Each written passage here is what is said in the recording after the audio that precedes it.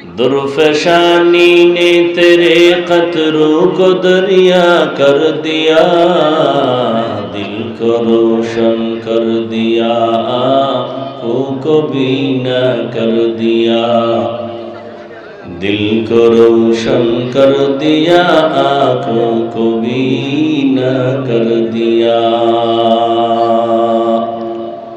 हकीकत खुल जाएगी बवक़्ते इम्तिहान तेरे, हकीकत खुल जाएगी बवक़्ते इम्तिहान तेरे। के सुस्ती में या मेहनत में गुजारी जिंदगी तूने, कि सुस्ती में या मेहनत में गुजारी जिंदगी तूने। मुहम्मद ने आकर कुफर को मिटाया, मुहम्मद ने आकर कुफर को मिटाया। कुफर को मिटा कर सदाक़त बताया, कुफर को मिटा कर सदाक़त बताया। बामे बॉक्स আছে ডানে কই? ডানেরটা কই? কই? কেন ওইটা এদিকে দিছে, এদিকে তো আরেকটা থাকবে সমানভাবে।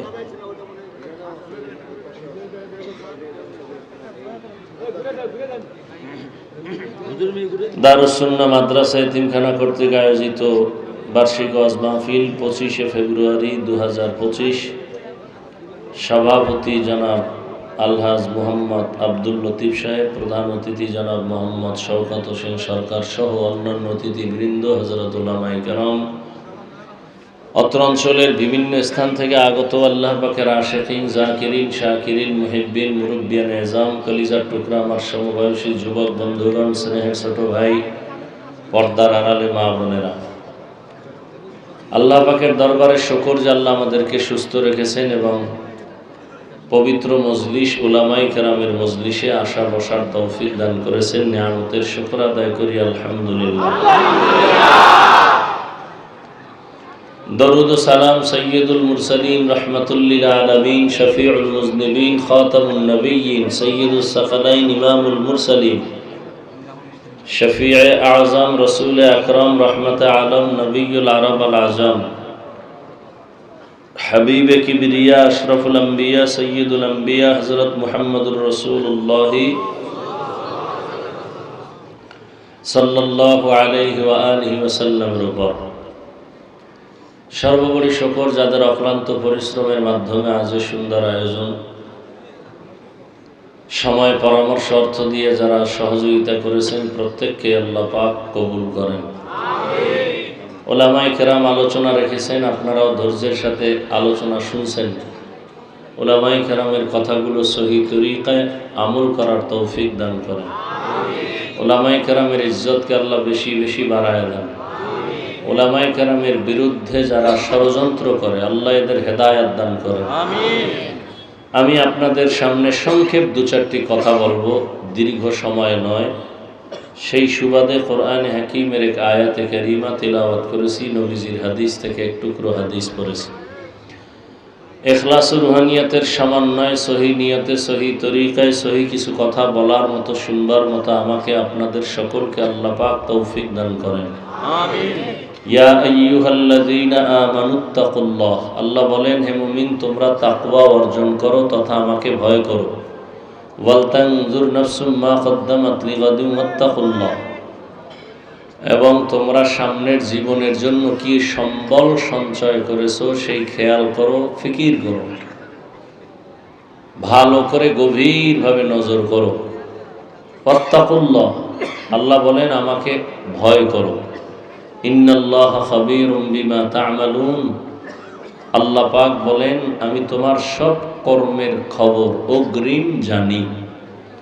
নবীজি বলেন আদ-দুনিয়া সিজনুল মুমিন ওয়া জান্নাতুল কাফির, দুনিয়াটা মুমিনদের জন্য জেলখানা, বেঈমানদের জন্য কি বালাখানা, শান্তির জায়গা। অর্থাৎ দুনিয়াতে যত শান্তি বেঈমানরা করবে, পরকালে এদের অশান্তি শুরু হবে আর শেষ হবে না। আর মুমিনরা দুনিয়াতে সামান্য কষ্ট সহ্য করবে, পরকালে আল্লাহ এদেরকে শান্তি দান করবেন, শান্তি আর শেষ হবে না। আল্লাহ পাক মুমিনকে সতর্কবাণী করলেন, বেঈমানকে না। মুমিনকে কেন, বেঈমানকে করেন নাই কেন? কারণ হলো বেঈমান কোনোদিন মুহূর্তের জন্য জান্নাত পাবে না। জান্নাত শুধুই মুমিনরা পাবে, আর কেউ না।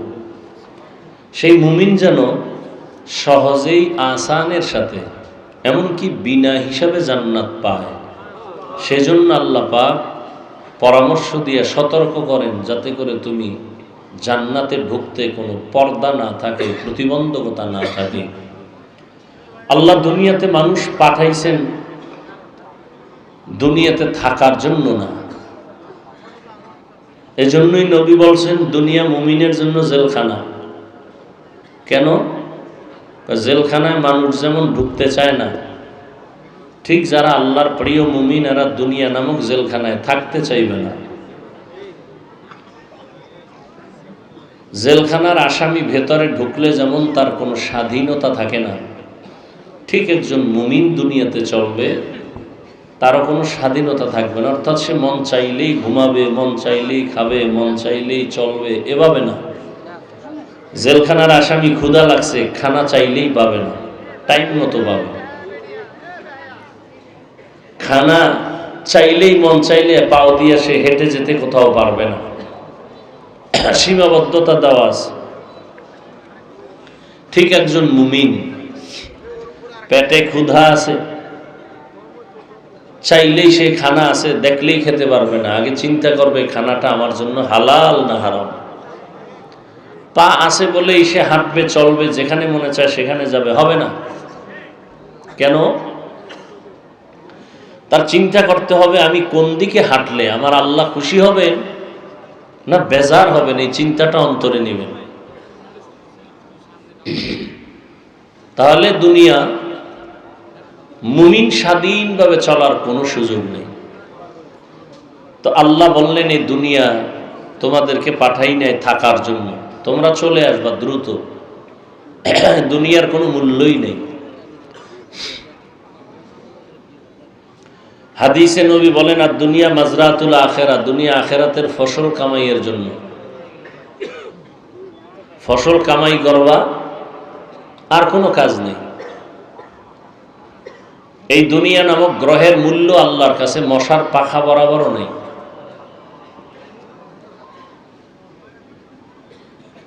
এজন্য নবীজি বলেন মুমিনের ঈমান চলে যাওয়ার যদি বেশি ভয় না হতো, তাহলে বেঈমানকে আল্লাহ এই পরিমাণ সম্পদ দিতেন যে ওরা সিঁড়ি বানাইতো দোতলায় উঠার, স্বর্ণ দিয়া। এত সম্পদ আল্লাহ ওদেরকে দিতেন, কারণ ওরা যা পাবে দুনিয়া, আখেরাতে কিচ্ছু নেই। আর আখেরাত হবেই, কোনো সন্দেহ নেই। তো দুনিয়া নামক এই গ্রহের দাম নাই, সেই দুনিয়া আল্লাহ পাঠাইলেন কেন? একমাত্র আমলের পরীক্ষার জন্য। আমলের পরীক্ষা দাও, ফলাফল আখিরাতে পাওয়া যাবে।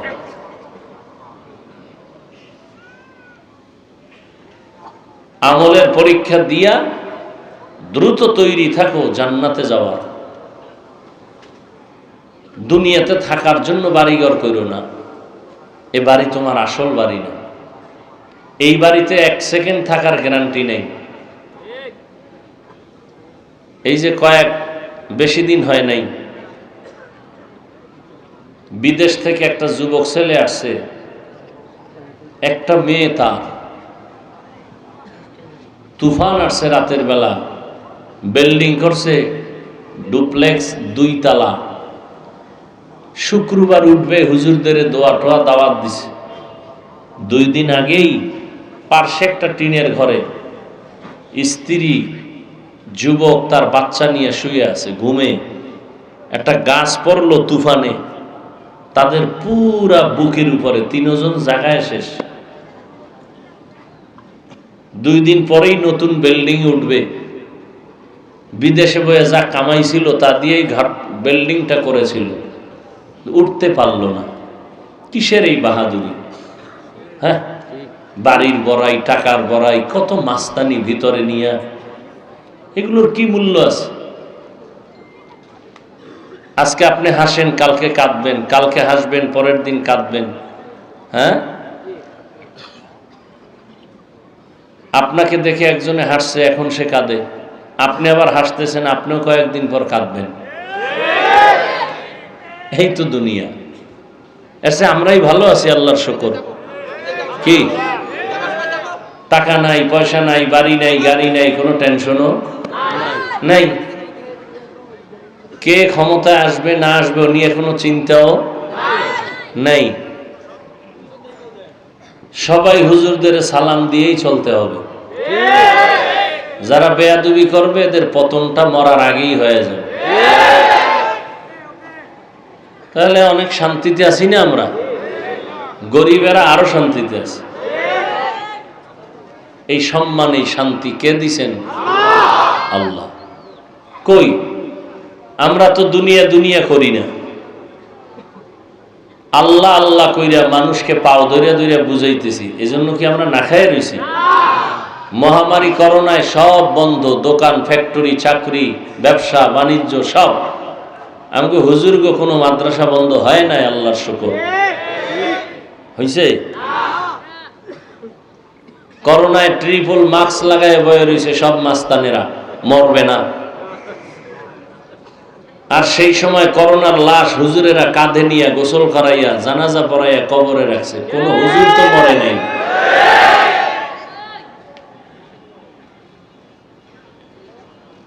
কি চাই?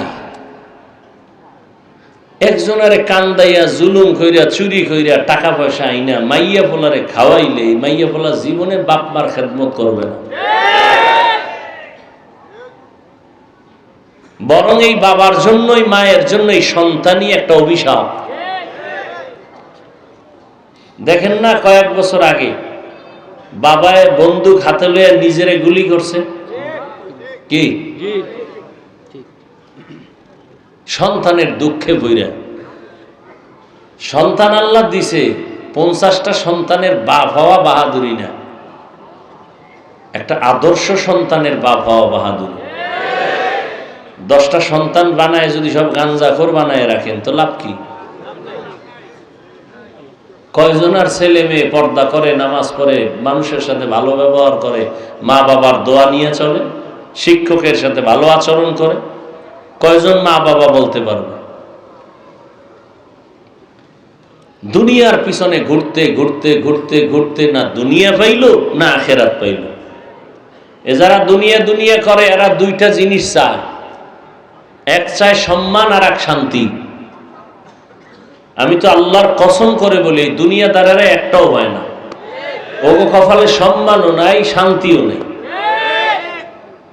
সম্মান আছে, জুতার মালা কইরা দৌড়। কি কারণ? কি টাকা দিয়া সম্মান কিনলে প্রথমে ফুলের মালা, এরপরে জুতার মালা। আর আল্লাহ সম্মান দিলে দুনিয়ায়ও বাদশাহ, আখেরাতেও বাদশাহ। কোন সম্মান ভালো? আল্লাহর দেওয়া। টাকা দিয়া সম্মান কিনলে বিপদ। আমার ভক্তবৃন্দ অনেক, কি ভক্ত টাকার, যারা টাকা দিয়েও লোক বন্ধু বান্ধব ভক্ত বানায় না। কতক্ষণ এগো মেয়াদ? টাকা দিবে যতক্ষণ ততক্ষণ, টাকা দিবে না এরাই তার দুশ্মন। আলাদা দুশ্মন ভাড়া করা লাগবে?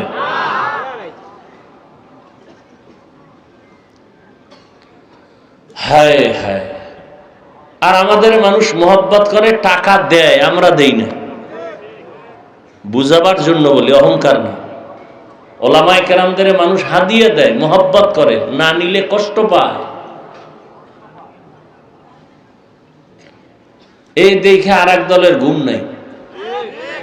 হ্যাঁ গো দেয় না খা, হেরা এই টাকা পেয়ে গাঞ্জা খাইব, মদের বোতল লয়ে দৌড়াইবার বৌরে মা কইব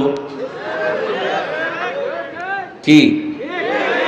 যত বড় ভিআইপি তত বড় মদখোর। দুনিয়ার লাইনে যে যত বড় ভিআইপি সে তত বড় সুদখোর। দুনিয়ার লাইনে যে যত বড় ভিআইপি সে তত বড় দুর্নীতিবাজ। এটা হলো ভিআইপির কোয়ালিটি। সাহেব একটু মদ না টানলে কি আর আপনার ওয়েট থাকে? তো অভ্যাস নাই, যখন কথা দে একটু দেখি, টান দিয়ে দেখে যে জমিনের মধ্যে নাই, কই আছে খবর নেই। ও এখন নিজে কি মানুষ না অলুমান, খবর নেই। ওর লঙ্গিও ঠিক থাকে না। নাকি আপনাদের দেশে কেউ মদ খাইয়ে জিকির টিকির করছে? হ্যাঁ, ওই একজনের পান খাওয়ার অভ্যাস নাই, নতুন পান খাইতে দিছে কাঁচা সুপারি দিয়া। কাঁচা সুপারির পান খাইয়া মাথায় চক্কর দিছে। চক্কর দেওয়া মাত্র বিশ্ব রোডের দিকে তাকায় কয়টারে বাঁকা করো লোকেরে।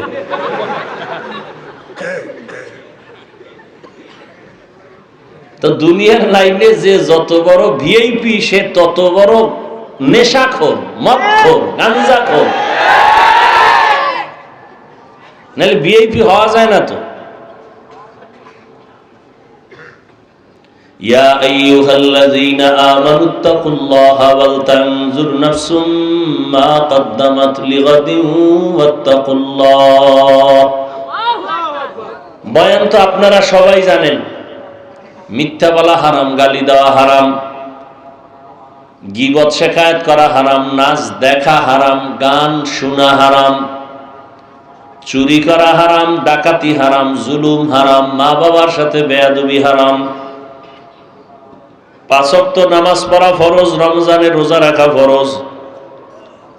ধনী হলে যাকাত বছরে একবার আদায় করা ফরজ। যাকাত দেওয়া ফরজ না, কি আদায় করা। তো দেওয়া আর আদায় করা কি? দেওয়া হইল ফ্যাশন, আদায় করা হইল আল্লাহর আদেশ হুকুম। আর যারা দেয় এরা ফ্যাশন, মাইক লাগাইয়া কয় আইও, গরিবদের গোলামের মতো ডাকে আয়, ঘন্টাকে ঘন্টা রোদ্রে দাঁড় করায় কষ্ট দিয়া কি দেয়? লুঙ্গি আর শাড়ি। মেয়াদ কত? কয় অন টাইম, পরলেই একবারের পরে সদরঘাট। এমন কাপড় দেয় পৃথিবীতে এর থেকে মানে নিকৃষ্টতম থার্ড ক্লাসের কাপড় আর নাই। এই দিয়ে দেয় যাকাত। নাম হয় আমি 5000 মানুষেরে দিছি। আর যারা যাকাত খোর এগো অভ্যাসও খারাপ। এগো একবার দিলে হবে না, ঘুরতে ঘুরতে ঘুরতে ঘুরতে 13 জায়গায় যাইবে। দেখেন না, কোরবানি যারা দেয় না, গোস্ত টোকাইয়া পরে ওরা নিজেরা আবার বেচে। নবী কইছে এতিমদের বেশি মোহাব্বত করো, কিন্তু এতিমরা এত বড় অনেক জায়গায় এত মানে বেপরোয়া যে আদর করতে গেলে আরো ঝামেলা। টাকা দিছি অসহায় মনে করে, নে তোর মায়েরে খাওয়াইস, হে যে গাঞ্জা খাইতেছে টাকা দিয়ে। এই আপনার হালাল টাকা যাকে দিবেন, যদি জানেন ওই টাকা দিয়ে সে গুনাহ করবে, তাকে দেওয়া জায়েজ নাই। তো সব জানেন, আমল নাই কেন? এত মানুষ এখানে এই 12টার সময়, আমি পারলাম না একটু অজু ইস্তেঞ্জা সাইরা নামাজ পড়মু, 2 রাকাত পড়ে দিছি দৌড়। খানা তো নাই কপালে। এরপর আপনারা ধৈর্যের সাথে বসে আছেন, কিন্তু দুঃখ কোন জায়গায়? দুঃখ হলো যে এত মানুষ এখানে ফজর পড়ে নাই, জহুর পড়ে নাই, আসর পড়ে নাই, মাগরিব পড়ে নাই, এশা পড়ে নাই, মোনাজাতের পরে টেনশন নেই, আবার মোবাইল চালাইতে চালাইতে সারা দিন রাত্র গুনাহ গুনাহ গুনাহ, হাতের গুনাহ, চোখের গুনাহ, কানের গুনাহ, অন্তরের গুনাহ, এই নিয়েই জীবন চলতেছে। নামাজের আর খবর নাই, আমল নাই কেন? কারণ কি? বয়ান তো আপনারা জানেন, মেহনত তো চলতেছে। দাওয়াত ও তাবলীগের মেহনত, পীর মাশায়েখের মেহনত, জুমার মেহনত, খতিবের মেহনত, আমাদের বক্তাদের মেহনত, এত মেহনত যদি আমরা হিন্দুদের করতাম, ইনশাআল্লাহ 6 মাসে রসুলের আশিক হয়ে যেত। আপনাদের হালাত এত দুর্বল কেন? এর একটাই মাত্র কারণ, আল্লাহর ভয় অন্তরে আসেনি। একটা সন্তান যখন মা বাবাকে ভয় করে, তখন মা বাবার সামনে অন্যায় করে না, শাস্তির ভয়। ছাত্র একটা শিক্ষকের সামনে অন্যায় করে না, কেন বলে? শাস্তির ভয়। ঠিক এই দুনিয়ায় যেই মানুষ আমার আল্লাহকে ভয় করবেন, অন্তরে যখন ভয় ঢুকিয়েই যাবে, এখানে ভয় করবেন বললে সমস্যা, কারণ যদি আপনারা করেননি, সবাই বলবে হ্যাঁ আমরা অবশ্যই আল্লাহকে ভয় করি, নাহলে এহেন আইসি গা। ভয় করার, ভয় অন্তরে জমা রাখা বড় কঠিন। আসলেই জমিনে যারা আল্লাহকে ভয় করবেন, ওই মানুষটা গলায় ছুরি লাগাবে, দাড়ির মধ্যে কখনো অস্ত্র লাগাবে না। একজনের সাপেরে খুব ভয় পায়, তার ব্যাখ্যা কি? জীবনে সে সাপ ধরবে না, কাছেও যাবে না। ঠিক যারা আমার আল্লাহকে ভয় করবেন, ওই বান্দা গুনাহ করবে দূরের কথা, গুনার কাছেও যাবে না। আফসোস, কয়দিন এই দুনিয়ার হায়াত, কখন বিদায় হয়ে যাব বলার কোনো উপায় নাই। এখন আমি আপনি সুস্থ, কালকে এই টাইমে হতে পারে কেউ হঠাৎ করে মরে যাবে। ডাক্তার বলে কোনো রোগ নাই, তো হঠাৎ করে মরলো কেন? কয় হঠাৎ এক রোগ আসছে দুনিয়াতে, হঠাৎ রোগ, হঠাৎ রোগে মরে গেল। তুমি মইরেই গেছো, তোমার আর কোনো চিন্তা নাই, কিন্তু দুনিয়াতে রেখে গেছো তোমার সন্তান, তোমার পরিবার। তোমার চরিত্র যদি খারাপ হয়, এই তোমার সন্তানগুলো তোমার কারণে কোথাও লজ্জায় মুখ দেখাতে পারবে না। কুলাঙ্গার এমন বাপ হইলা, তোমার স্ত্রীও লজ্জায় মুখ দেখাতে পারবে না। প্রত্যেকটা মা বাবা যদি চিন্তা করতেন আমি একদিন মরিয়া যাব, কিন্তু এমন চরিত্র যেন না হয়, সন্তান যেন আমার কারণে মানুষের কাছে লজ্জা পেতে হয়, এমন চরিত্র যেন আমি না নেই। বাবার সুনামে যেন সন্তান সবার থেকে দোয়া পায়। প্রত্যেকটা স্বামী যদি চিন্তা করে আমার স্ত্রী আমার আদর্শ দিয়ে যেন বড়াই করতে পারে, একজন ভালো স্বামী তোমার ছিল। মা যদি আদর্শওয়ালা মা হইয়া চলে যায়, সন্তান ওই মাকে নিয়ে গর্ব করবে, দোয়া করবে, মানুষেও প্রশংসা করবে। প্রত্যেকটা বাবা সন্তানের যদি চিন্তা করে চলে, অনেক অন্যায় থেকে বেঁচে থাকতে পারবে। এই বাবারা ভালো করে মনে রাখিও, কোন বাবা যদি অন্য স্ত্রীর দিকে তুমি খারাপ নজরে তাকাও, তুমি 100% লিখে রাখো তোমার স্ত্রীর দিকেও অন্যেরা খারাপ নজরে তাকাবে। তুমি যদি অন্যের মেয়ের দিকে খারাপ নজরে তাকাও, লিখে রাখবা তোমার মেয়ের দিকেও অন্যেরা খারাপ নজরে তাকাবে। তুমি কোনো অন্যের বোনের দিকে যদি খারাপ নজরে তাকাও, তোমার বোনের দিকে অন্যেরা খারাপ নজরে তাকাবে। এটাই দুনিয়ার নিয়ম। তুমি যদি অন্যের সম্পদ নষ্ট করো, লিখে রাখো তোমার সম্পদ আর একজন জালেম এসে নষ্ট করে ফেলবে। তুমি যদি অন্যের ক্ষতি করো, তোমার ক্ষতি করার জন্য আর এক দল রেডি হয়ে আছে, তোমার খবর নাই।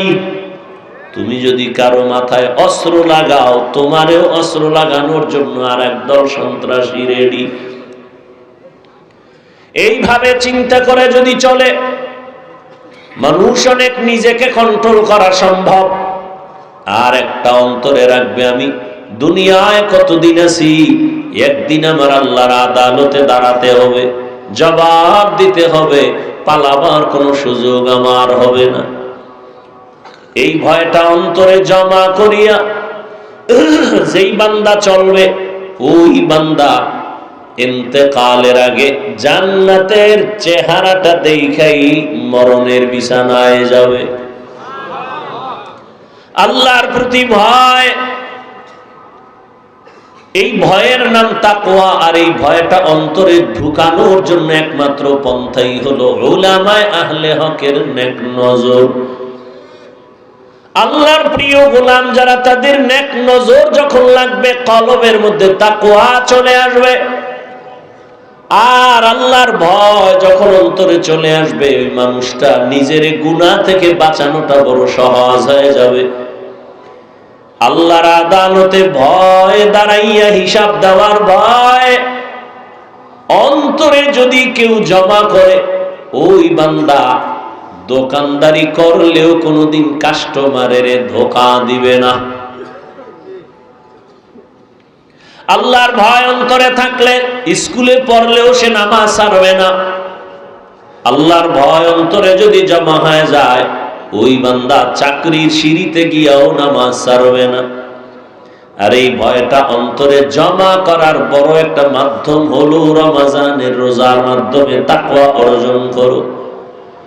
ইয়া আইয়ুহাল্লাযীনা আমানু কুতিবা আলাইকুমুস সিয়ামু কামা কুতিবা আলাল্লাযীনা মিন ক্বাবলিকুম লাআল্লাকুম তাত্তাকুন। রমজানের রোজার মাধ্যমে তাকওয়া অর্জন করো, আল্লাহর ভয়।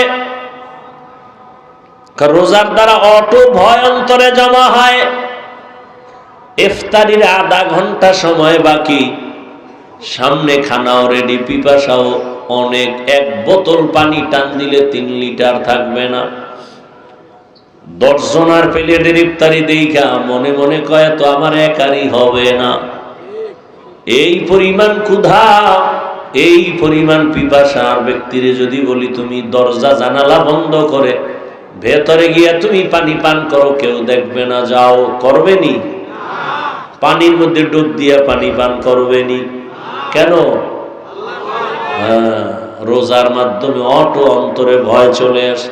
আর যারা রোজা রাখে না, কেমন কপাল পোড়া, কেমন বেপরোয়া। রোজা রাখলে অসুস্থতা বেড়ে যাবে, অথচ রসুলের কথা তো আছেই কোরআন হাদিসের। হে ছাড়াও চিকিৎসা বিজ্ঞানীরা বলে রোজা সুস্থতার মহা এক ঔষধ হলো রোজা। এজন্য রহমতের নবী আমার শুধুই রমজানে রোজা রাখেন নাই, এই যে শাবান চলতেছে এই মাসে নবী অনেক বেশি রোজা রেখেছেন। এমনকি নবী সপ্তাহের সোমবার এবং বৃহস্পতিবার নবী রোজা রেখেছেন। রোজা রাখলে শরীরের অনেক লাভ। মানুষ সুস্থ থাকতে চায় কিন্তু সুস্থতার ঔষধ নেয় না। রহমতের নবী যদি সপ্তাহে 2 দিন রোজা রাখেন, আপনিও যদি অভ্যাস করেন রোজার, দেখবেন আপনার প্রথমে একটু কষ্ট কষ্ট মনে হবে, কিন্তু পরে দেখবেন অভ্যাস হয়ে গেছে, সুস্থতার দরজা খুলে যাবে। 3 দিন বইয়া যা খাবেন, 1 দিনের রোজায় ব্যালেন্স চলে আসবে। আর খালি যদি খাইতেই থাকেন তা তো অসুস্থ হয়েই যাবেন। আর এখন যেই ভেজাল খানার মধ্যে, ভেজাল ছাড়া কোনো কিছুই নেই। সব ভেজালের মূলে মানুষ ভেজাল, ওর দিমাগ ভেজাল, ওর মেধা ভেজাল, অন্তর ভেজাল, এই জন্য সব কাজেও ভেজাল। ভাইরা আমার, আল্লাহর ভয় অন্তরে যখন জমা হবে তখন আর অন্তরে কোনো ভেজাল হবে না। ইমামে আজম আবু হানিফা রাহমাতুল্লাহ আলাইহি বিশাল বড় কাপড়ের দোকান দিয়েছেন। একটা কাপড়ের মাঝে খোঁটা আসছে, সেরা আসছে, ছিদ্র। ওটাকে আলাদা রাইখা কর্মচারীকে বললেন, এই কর্মচারী, এই কাপড়টা বিক্রির আগে ক্রেতাকে বলে দিবি এ কাপড়ে খোঁটার দাম কমায় নিয়ে যাও। কাপড়টা আলাদা রাইখা দিছেন। ইমামে আজম আবু হানিফা চলে গেছেন। কিছুদিন পরে আইসা আবার জিজ্ঞাসা করলেন, ওই ত্রুটি যুক্ত কাপড়টা বিক্রি করেছো কিনা? বলে হ্যাঁ হয়ে গেছে। বলছিলা নি ত্রুটি আছে? ক্রেতাকে কয় মনে ছিল না। ইমামে আজম আবু হানিফা বলেন, এলাকায় যাও, বাজারে ঘুরো, ঘুরে ঘুরে এলান করো, আবু হানিফার দোকান থেকে কে কাপড় নিছো, ত্রুটি যুক্ত কাপড় নিছো, টাকা ফেরত নাও, না হয় টোটাল কাপড় ফিরাইয়া টাকা পুরাটাই নিয়ে যাও। এটা আল্লাহর ভয় না থাকলে কোনোদিন অন্তরে সম্ভব হবে না। আল্লাহর ভয় অন্তরে না থাকলে এটা সম্ভব হবে না। এরে নবীর আশিক খলিফাতুল মুসলিমিন ওমর ফারুক রাদিয়াল্লাহু তাআলা আন, যারে দেখলে শয়তান পর্যন্ত ওই রাস্তায় চলে না ভয়। এত বড় পাওয়ার আলা ওমর, দিনের বেলা মানুষের বিচার করে, রাতের বেলা ঘুরে ঘুরে দেখে মানুষের কি খবর, কি হালাত। এক জায়গায় গিয়ে দেখেন একটা ঘরের মধ্যে বাতি জ্বলতেছে। ওমর গোপনে গিয়ে দাঁড়াইয়া শুনে একটা মা মেয়ে কথা বলে, মহিলাদের কণ্ঠ। মা তার মেয়েটাকে ডাক দিয়া কয়, কন্যা সন্তান, কালকে বাজারে দুধ নিয়ে যাবি বিক্রি করতে, পানি বেশি দিস। মেয়েটা ডাক দিয়া কয়, মা আর বলবা না, ওমর যদি খবর পায় তরবারি দিয়া কল্লা ফেলে দিবে। মা কয়, ওমর দেখবে না, তুমি দুধে পানি মিশাইও। ওমর কই কই? মেয়েটা ডাক দিয়া কয়, মা ওমর যদিও দেখবেন না, তবে ওমরের আল্লাহ তো দেখবেন। মেয়েটার এতটুকু কথা শুনে ওমর চলে গেলেন, পরিচয় না দিয়া গোপনেই চলে গেলেন। পরের দিন আদালতে বসে লোক দিয়া ডাকাইলেন, ওই ঘরের মা আর মেয়েকে আমার আদালতে দাওয়াত দাও। মেয়ে আর মেয়েটাকে, মাকে আইনা। সবাই ভয় পেয়ে গেছে। ওমর বলে, কোনো ভয় নাই, সুসংবাদ দেওয়ার জন্য আসছি। আরে আম্মা জান, আপনার মেয়েটা এত দামি কেন হলো? হাজারে এমন একটা কন্যা পাওয়া কঠিন।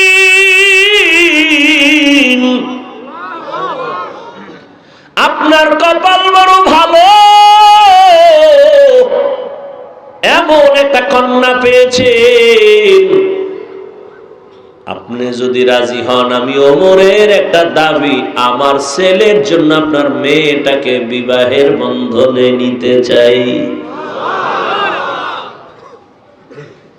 মা কত আনন্দিত,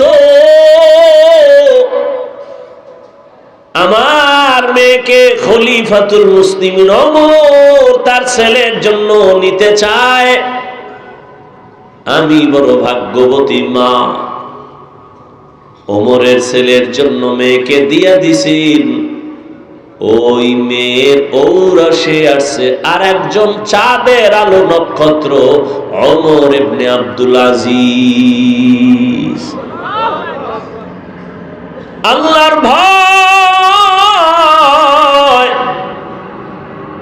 চোখের সামনে তোমরা যারা নামাজ পড়ো না, রোজা রাখো না, পর্দা করো না রে বাবা, কিসের কারণে বলো? কয় টাকা পাওয়ার লোভে তুমি কার পেছনে ঘুরে ঘুরে নামাজ বাদ দিছো রে বাবা?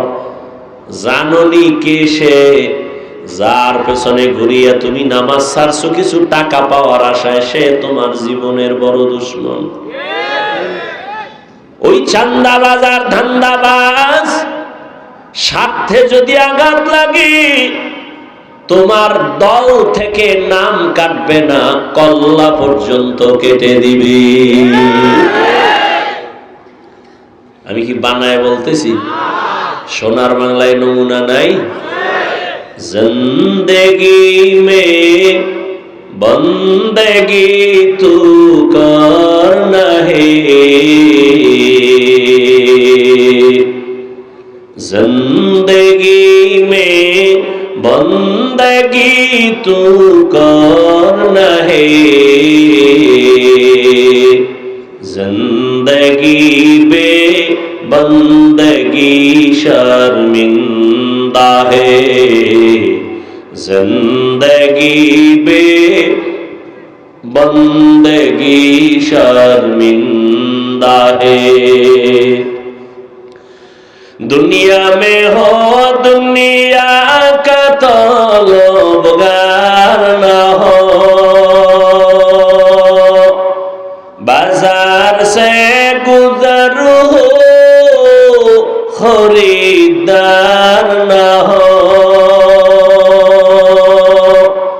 ये दुनिया एक मिसल कागज फूल है, ये दुनिया एक मिसले कागज फूल है, जिंदगी में बंदगी तू करना है,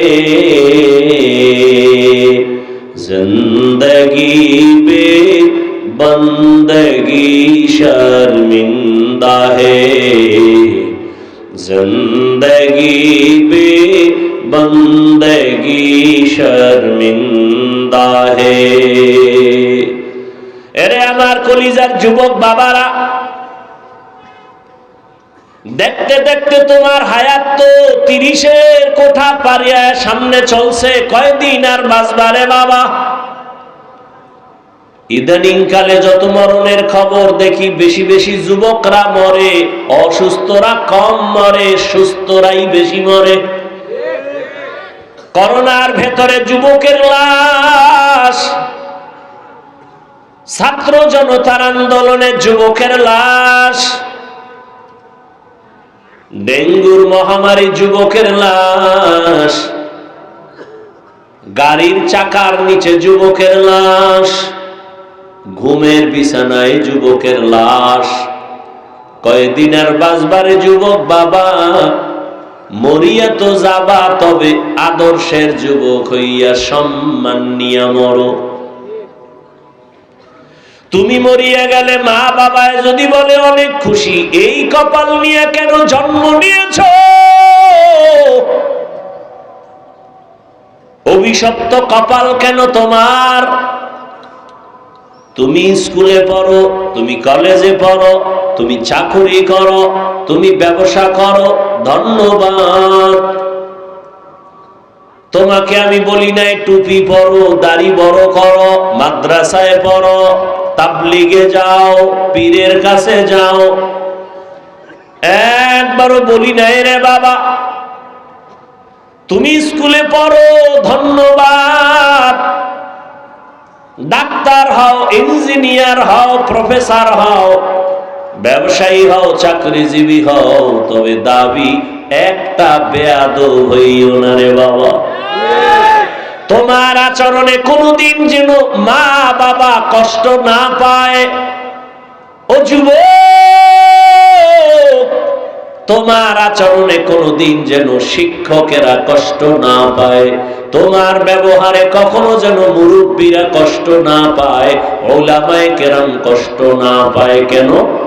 মা বাবার কষ্টই তোমার কপাল ধ্বংসের কারণ। যদি কষ্ট পায় বলে আহ, এই আহ নিঃশ্বাসটা একটা আগুন, এই আগুনটা তোর কপালে যদি লেগে যায়, মরার আগে পঙ্গু হয়ে যাবি রে বাবা।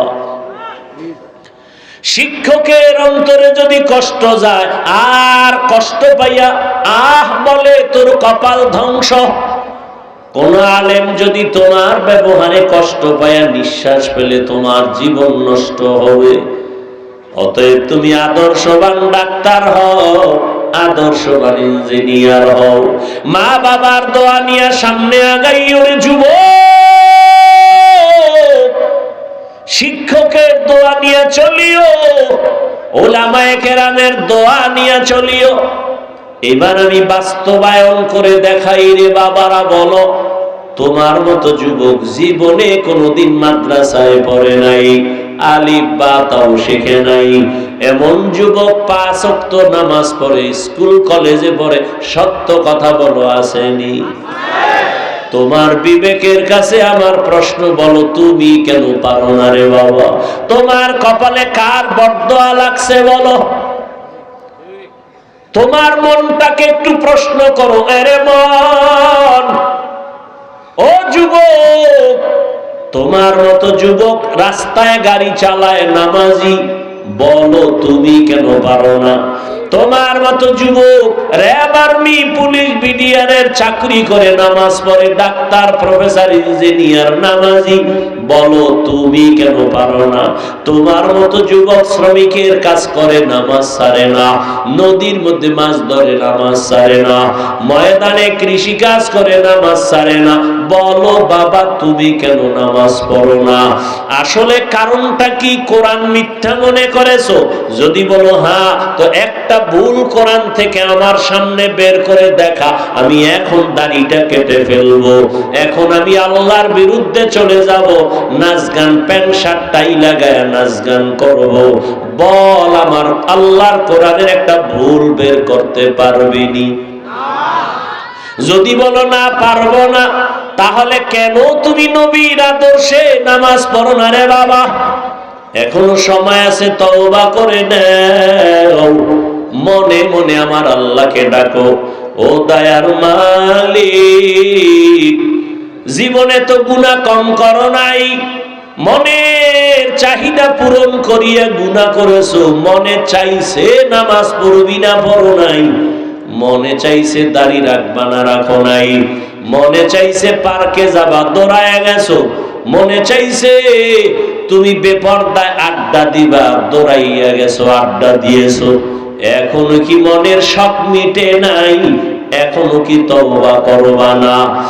আর কত রাতের বেলা মোবাইলে গুনাহ করে করে রাত কাটাইবা, আর কত নামাজ বাদ দিয়া ঘুমাইবা। এখনো যদি আল্লাহর ভয় অন্তরে আসে, ঘুমের মধ্যেও না জানি আজরাইল আসিয়া জীবন শেষ করে, ওই ভয়টা নিয়ে তওবা করো, মনে মনে আমার আল্লাহরে ডাকো। ও আল্লাহ, জীবনে আর নামাজ ছাড়বো না, দাড়ি কাটবো না, বেপরদায় চলবো না, মা বাবার দোয়া নিয়া, শিক্ষকের দোয়া নিয়া, উলামায়ে কেরামের দোয়া নিয়া নবীজির আদর্শ মেনে চলবো। ও পর্দার আড়ালের মা বোনেরা, আপনার মতো কত মা, কত বোন এখনো আছে বেপরদায় চলে না, নামাজ ছাড়ে না, স্বামীর মাল খেয়ানত করে না, মোবাইলে সময় নষ্ট করে না। এরে আম্মা জান, আপনারা কেন পারেন না স্বামীর মাল হেফাজত করবেন? কারণ স্বামীর মাল তো আসলে স্বামী কবরে নিয়ে যাবে না, স্বামী মরিয়া গেলে সব সম্পদের মালিক তো আপনার হাতে চলে আসবে। অতএব আল্লাহর কাছে তওবা করেন, একটা সন্তানকে আদর্শওয়ালা বানায় যান। ডাক্তার বানাবেন, আদর্শবান ইঞ্জিনিয়ার বানাবেন, আদর্শবান চাকরিজীবী বানাবেন। সন্তান চাকরি করিয়াও কোরআন পড়বে আর আপনার জন্য দোয়া করবে, ডাক্তার হলেও কোরআন পড়িয়া আপনার জন্য দোয়া করবে। এখনো তওবার সময় আছে, তওবা করেন। আর নামাজ ছাড়বেন না, বেপরদায় চলবেন না, মোবাইলে সময় নষ্ট করবেন না, স্বামীর মাল খেয়ানত করবেন না। বৃদ্ধ বাবাজিরা, আপনার মতো কত বুড়ারা মসজিদে গিয়া নামাজ আদায় করে, আল্লাহর কাছে তওবা করেন। দুনিয়াটা কিছুই না, গুনাহ নিয়ে কবরে গেলে আমার মাওলার কোরআন নবীর কথা অনুযায়ী ভয়ঙ্কর হালাত শুরু হয়ে যাবে। দুনিয়াতে সূর্যের গরম সইতে পারি না, গুনাহগারের জন্য জাহান্নামের আগুনের গরম কত কঠিন, কেমনে সহ্য করবে? এখনো সময় আছে, তওবা করে নেন। ও আমার যুবক, আল্লাহর কাছে তওবা করে নাও। আর নামাজ ছাড়বা না, মা বাবার দোয়া নিয়া, শিক্ষকের দোয়া নিয়া, উলামায়ে কেরামের পরামর্শ নিয়া, নবীর আদর্শ মেনে চলবা। তওবা করার মতো যদি নিয়ত হয়, মুনাফিকি যদি না থাকে, খাঁটি তওবার নিয়ত যাদের আছে, দুটো হাত আল্লাহকে দেখাইয়া দাও। আয় আল্লাহ, হাতগুলো কবুল করে নেন, তওবা কবুল করে নেন। তওবার উপরে মজবুত হইয়া চলার তৌফিক দান করেন, আমিন। আলহামদুলিল্লাহি রাব্বিল আলামিন। والصلاة والسلام على سيد الأنبياء والمرسلين وعلى آله وأصحابه أجمعين يا أرحم الراحمين يا أرحم الراحمين يا أرحم الراحمين رب ارحمهما كما ربياني صغيرا اللهم إنك عفو